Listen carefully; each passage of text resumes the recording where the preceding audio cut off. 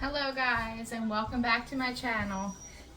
My name's Heather if you're new here, and well, I'm new here, so I think I've only made a handful of videos so far.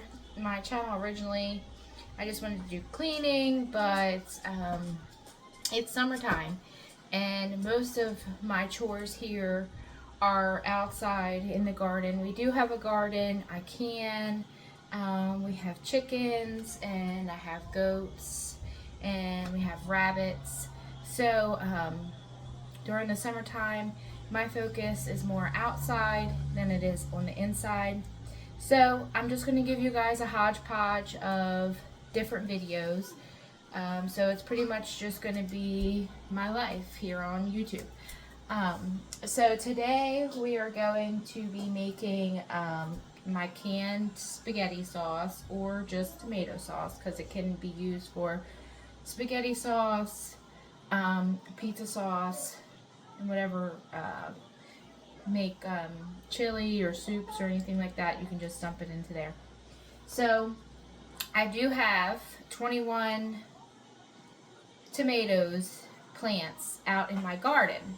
However, this year, for some weird reason, when all of my plants got pollinated, they cross-pollinated, and majority of my plants were cherry tomatoes. Now, you can use cherry tomatoes. I have used them in the past. I use them for a salsa recipe.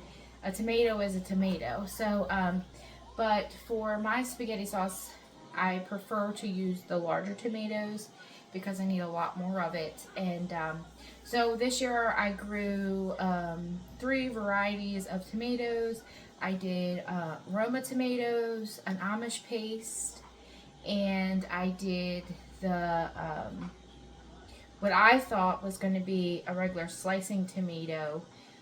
It was a rainbow variety. They were supposed to be red, yellow, and orange, but they all turned out to be cherry tomatoes. So it could have been a seed mishap. It could have been pollination. But I did take it directly out of the seed packet that I bought it from. I got all my seeds this year from Baker Creek. And I also got seeds from Berlin Seeds, which is a seed company out of Ohio that you just order from a catalog. So today I'm going to use these tomatoes up that I got from one of our local orchards. And these are 2nd grade tomatoes, which means not necessarily they're old. It just means that they have some bad spots on them, and people necessarily wouldn't buy these or pick these. Maybe some has sun scald. You know, necessarily somebody wouldn't pick to buy these for a slicing tomato to make a sandwich or something out of. So you do have some tomatoes at the bottom when we get to the bottom of this that will be bad, and I will just give them to the chickens, and they can enjoy them as well. So I bought 2 boxes of these. One box is sitting here, that's a half a bushel, and my other box I already took out and sat in the sink. We're going to wash these up. I'm going to core them. I'm not going to worry about peeling them because we'll just emulsify the whole thing later in the blender, so the peels won't matter as much. Now, you could use a food mill when we do that, but I don't have one, so I don't mind the seeds and stuff in my spaghetti sauce. So some of these have bad spots, so we'll just cut off where the tomato has split. We'll cut out the bad spots, and we'll quarter these. We'll place them over here on our baking sheets and roast these in the oven for about 45 minutes, just until they start getting a little color on the top of them. And we'll add onions, garlic. I already got some basil, parsley, and oregano. I just cut this morning from the garden. And And we'll put it all on the roasting sheet. We'll roast them in the oven, and then afterwards we'll take all the tomatoes and puree them up, and we'll have our spaghetti sauce to jar up and to can. So I'm going to go ahead and get started quartering my tomatoes, taking out any bad spots, and putting them on the roasting pan. Alright, so I do have a scrap bowl nearby, and this will go to the chickens. This morning the kids have fruit bowls, so it has some watermelon juice and some bits of cantaloupe down in there, and they'll enjoy that for a fresh snack. So I'm just going to go ahead and core these tomatoes.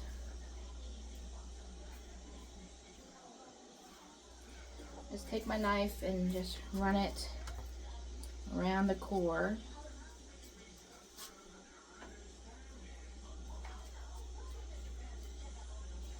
We'll pop that out right here in the bowl.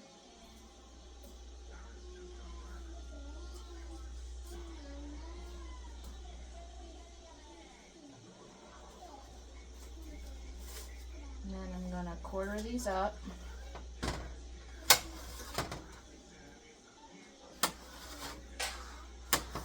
Cut off the ends.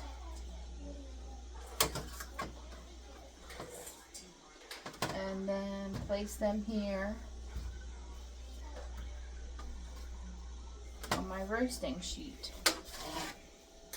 Just like so.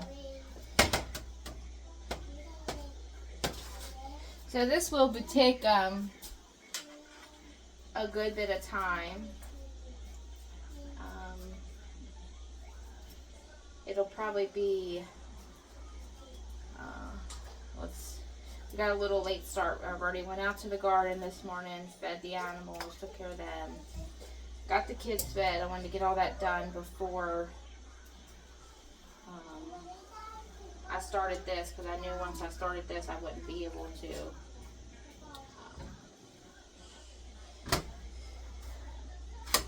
can step away from the kitchen, but I really just don't want to. I have a couple other projects today I want to do. Like I want to make some zucchini bread. I want to get that done. School starts back next week here, so I'm just trying to finish up some of my last bit of preserving I have to do. And I think I'm going to switch knives. I really like that knife. It's too big.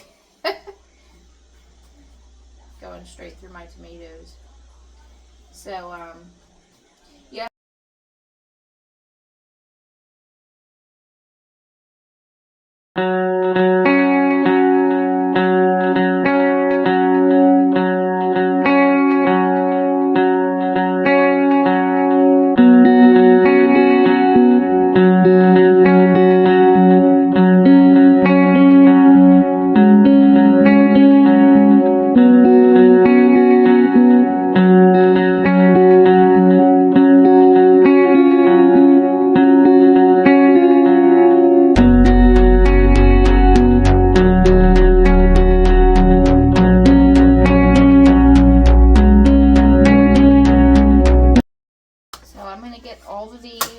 Laid out in these roasting pans, and I will bring you back. Alright, so it's been about I'd say about an hour and a half. The tomatoes, the first batch of tomatoes have been in the oven on 400, and they are ready to be taken out. And I have my roaster pan over here. Since I couldn't fit all the tomatoes in the oven at once, I'm just going to take them from the oven, put them in my roaster pan, let them sit there and cook it down more. I have this on 250, and until I get all these tomatoes ran through. Now I did go ahead and chop up as much as I could to fit in this bowl, and there's still some more in the sink. So guys, this is a lot of tomatoes. This is definitely an all-day process, but like I said, I can out of want and I can out of necessity, because we are a large family, and if I have to, or if I can help it, I cut down on our grocery bill as much as possible, by canning and preserving our food for the winter and for a year's length of time. So I am going to be careful here, because the liquids have come out of these tomatoes. And I don't want to drop this or burn myself.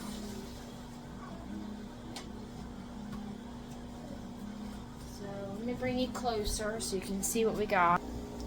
Alright guys, so this is how our tomatoes are looking after they've been in the oven on 400 for about an hour.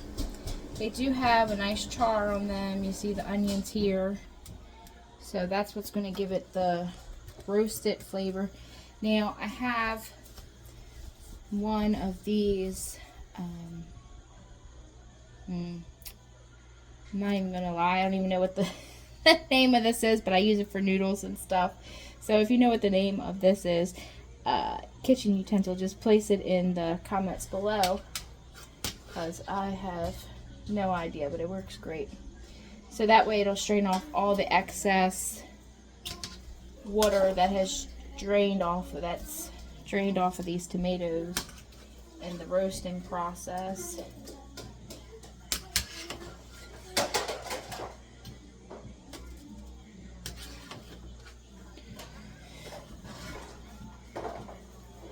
You want to be really careful, guys, with this, because this is super hot. And you definitely don't want to burn yourself. I burn myself all the time in the kitchen, but it's from my own fault. You know, just trying to rush or get distracted.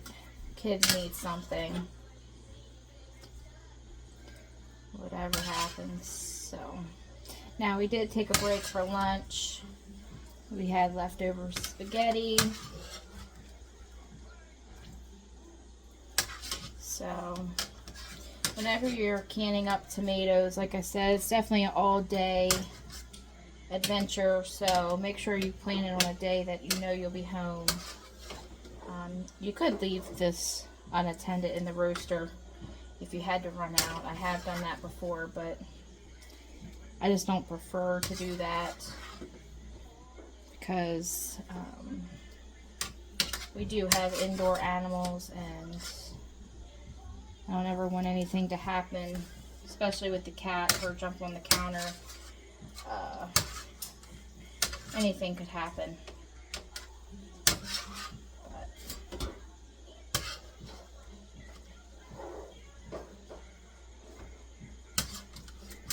Now I got this recipe from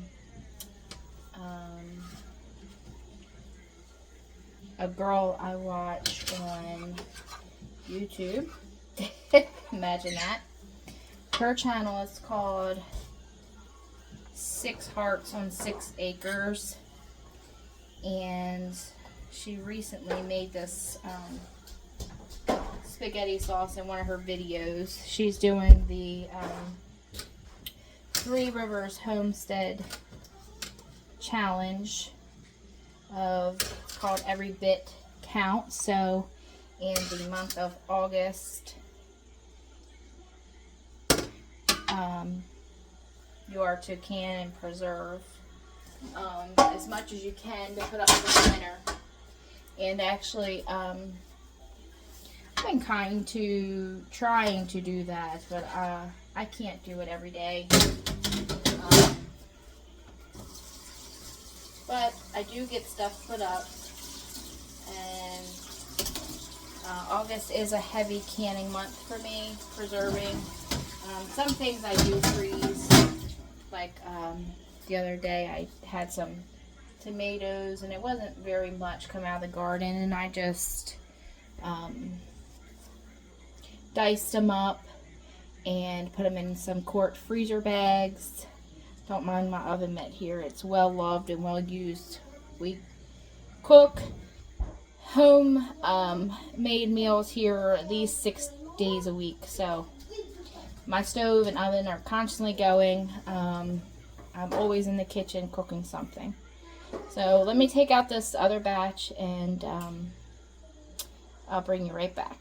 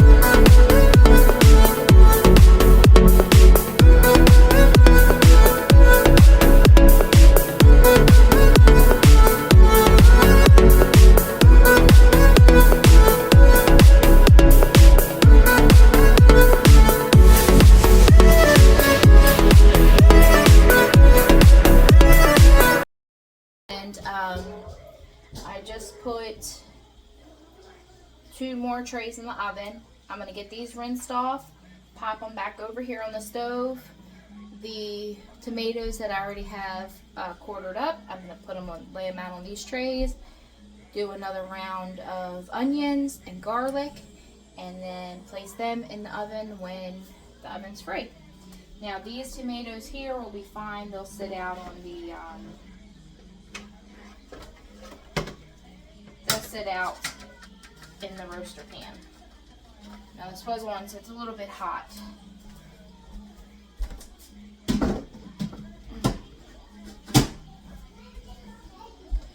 Alright, let me get this cleaned up, get the second batch on, and when we go to put those in the oven, I will bring you back. Alright, so I got all of the one box, the first half bushel box cut up and put on my trays, and it filled them nicely. So I have put the second bushel box in the water to soak. Now I'm going to start over here cutting up my onions and garlic. Now these onions are on the smaller side. I did grow these in my garden, and also I grew the garlic. So these onions I started from a set that you buy at the store. So onions are biannual plants. So the first year they work on bulbing, and the second year they work on flower heads. So when you buy the onion sets, which is already the bulbed onion, that is already went through its first year, and they just pulled it and stuck it in a package and shipped it off to you or to the store for you to plant in your garden. So you get smaller onions that way. However, I did plant onion starts.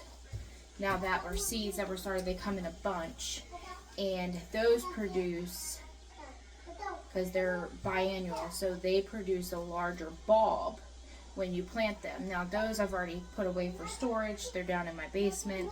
Those we'll use throughout the year. So these smaller ones I have upstairs in my kitchen, and I save these for just cooking in the kitchen and for canning.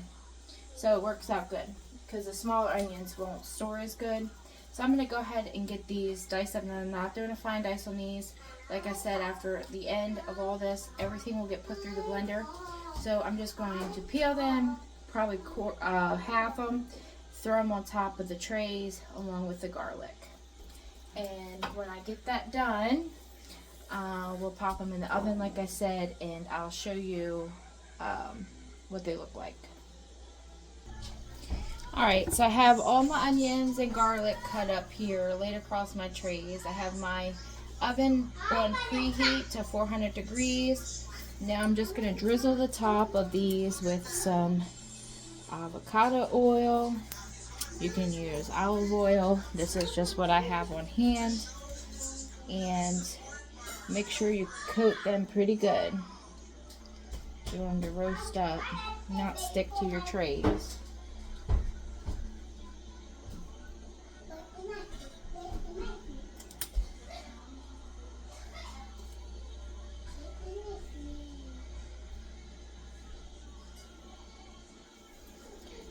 Alrighty. Let's pop these in the oven.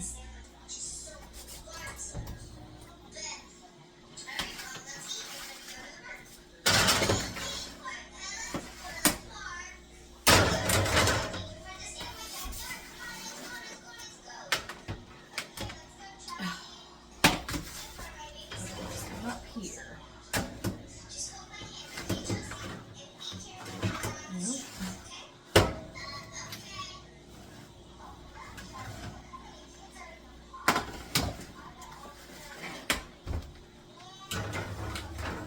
Alright, so it looks like I'm only going to be able to do 2 trays at a time.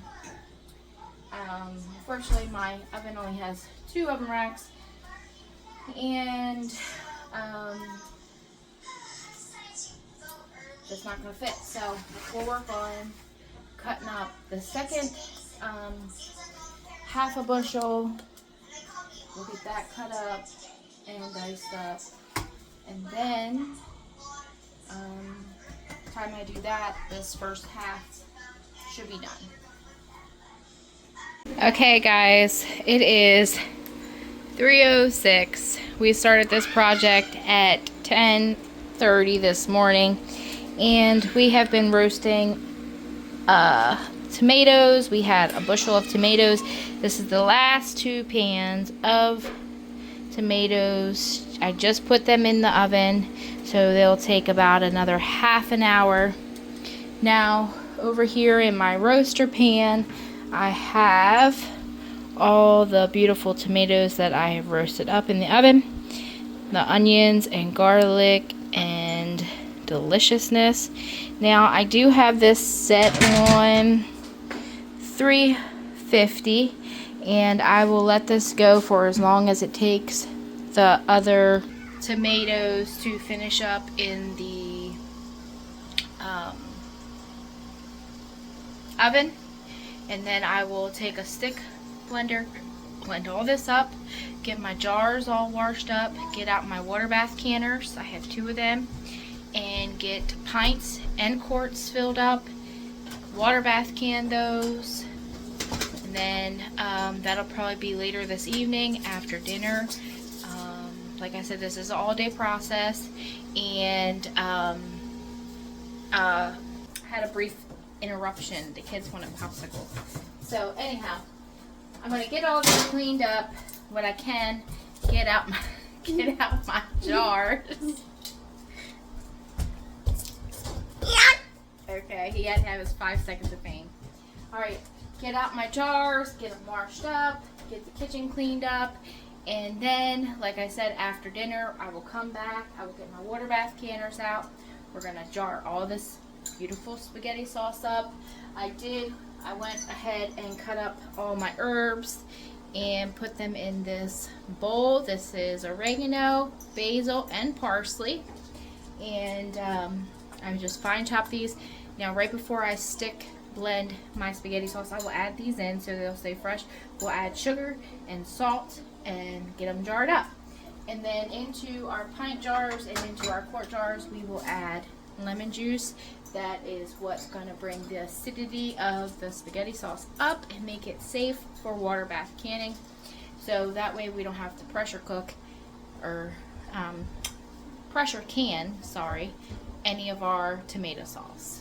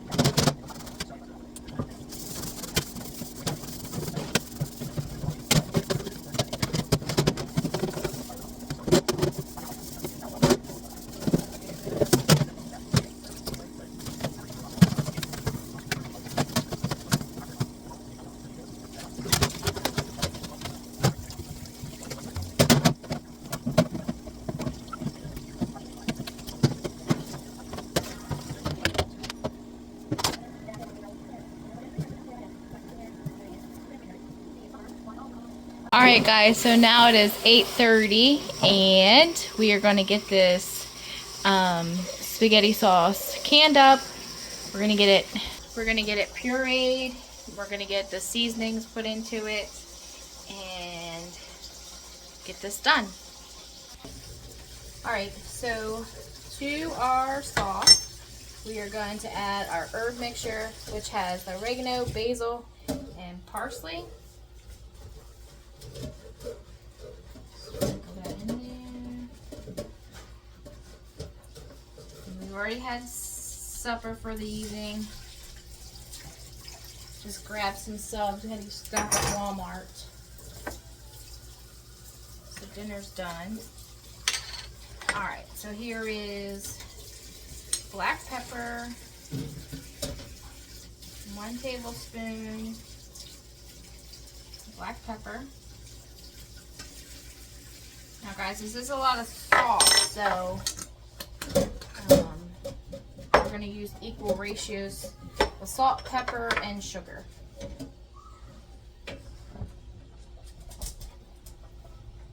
Now with the salt, you might want to go, might want to taste it as you go, because with salt you can't take it out once you already added it. So I'm going to set the rest of this. This is 1 tablespoon of salt.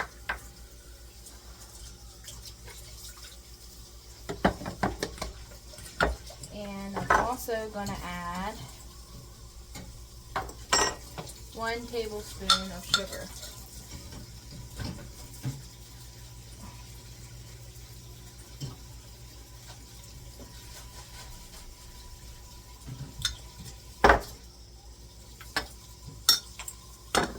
Okay. Now I have my stick blender here, and we're going to go ahead and get this emulsified.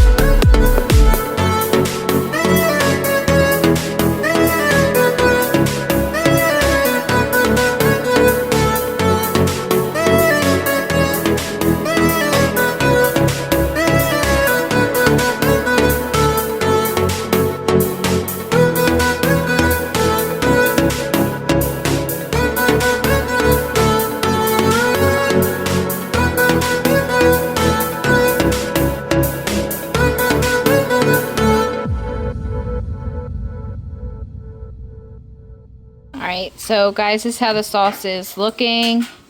Now I'm going to keep blending this up. It is nice and thick. However, I'm going to just get a little more finer. And then I'll bring you back when we're jarring it up. Alright guys, so it's time to jar up our tomato sauce. Now to each pint jar, I'm going to add 1 tablespoon of lemon juice. And to each quart jar, which I don't have out here yet, they're still in my bigger water bath canner, warming up, you're going to add 2 tablespoons. Let me get my ladle here.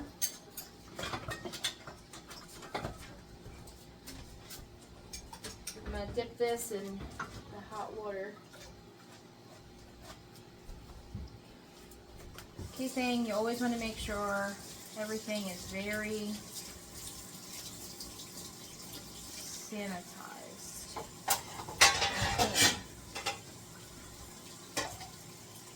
Now the smaller jars here we'll use for pizzas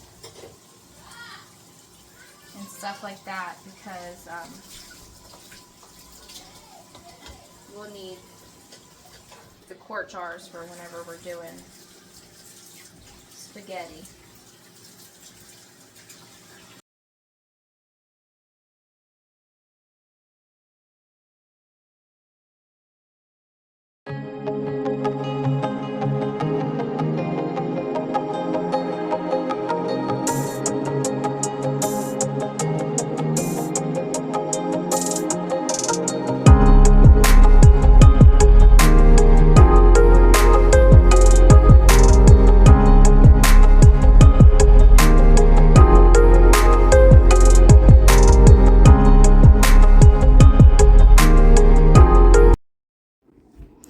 Okay, so here, I don't know what happened to my audio, but maybe I wasn't standing close enough to the camera for it to pick it up good. But anyhow, this tool here is a debubbler, and it will measure your headspace in your jars. So you just take it around each one of your jars to get out all the air out of your product. And then on the opposite end, it shows your headspace. It has the 1 inch, a 1/4 inch, and a 1/2 inch measure. So these jars I filled up to 1 inch headspace, and in this particular moment I forgot that I had to allow for space for the lemon juice. So the one jar you seen, I had to dump back out because I just had too much liquid inside of it.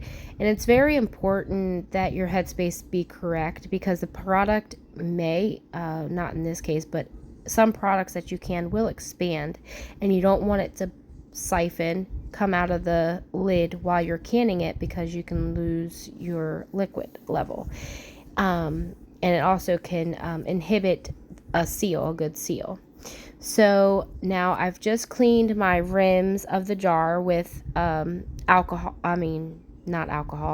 with excuse me, with vinegar. Now that's going to cut any sugar, since this does have sugar, that may have got onto the rim, so that way we can ensure that our lid seals properly. Now you're just going to place your lids or your flats onto your jar, and then after we do this, we'll put on the ring. So this tool here also comes, if you buy any canning set, all these utensils, the funnel, the headspace measure, and this lid grabber, whatever you want to call it, comes with it. It's magnetic, so it just helps you grab, because the lids, the flats, are hot in this pot. Not scalding hot, but just warm enough to heat up the adhesive, which helps seal the lids to the jars. So now you just want to tighten your jars, just fingertip tight. You don't want to wrench down on your lids, because it will cause them to buckle. So we're going to process our pints in the water bath canner, and then I'm going to pull out my quart jars from the larger canner.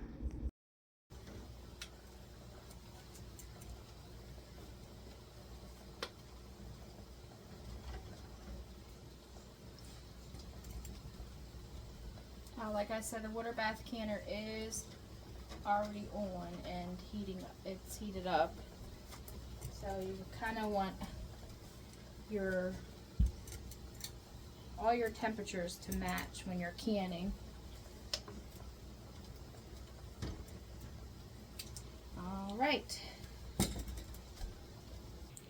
All right, so when this comes up to a rolling boil, I will put my timer on and we will start the processing time.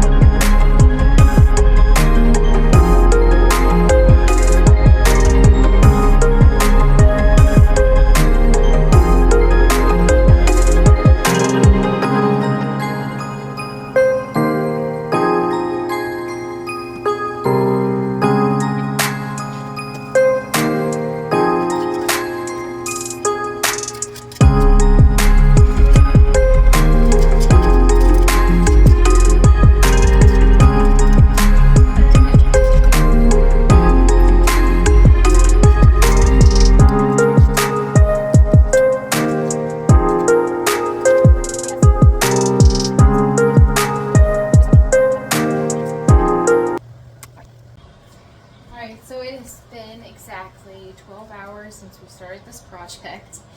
And I'm getting tired. So I'm gonna get I already got the pints out of the water bath canner.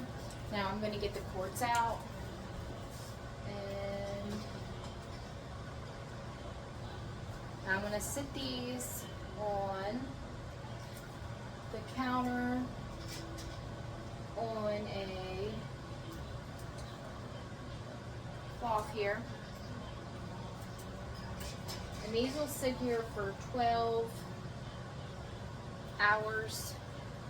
So tomorrow sometime mid-morning I'll take the lids off, and then I'll take Sharpie and I'll put the date on these and mark tomato sauce or spaghetti sauce, and they'll be good on the pantry shelf. I don't see that they'll last any more than a year. We'll go through them within the year, I'm sure. Positive of. Alright, so here is how our jars came out. Now if you notice at the bottom, that is just where some of the juice separated from the sauce itself, which is completely normal. It'll just all go back together when we take it out of the jars. So guys, that's it for this video. I hope you enjoyed it, and I hope you took something from it, maybe learned something. Maybe I inspired you to get in your kitchen and do some home preserving, or maybe I inspired you to go to the farmer's market and purchase you some tomatoes. So I hope you enjoyed this video. Till the next time, have a good one.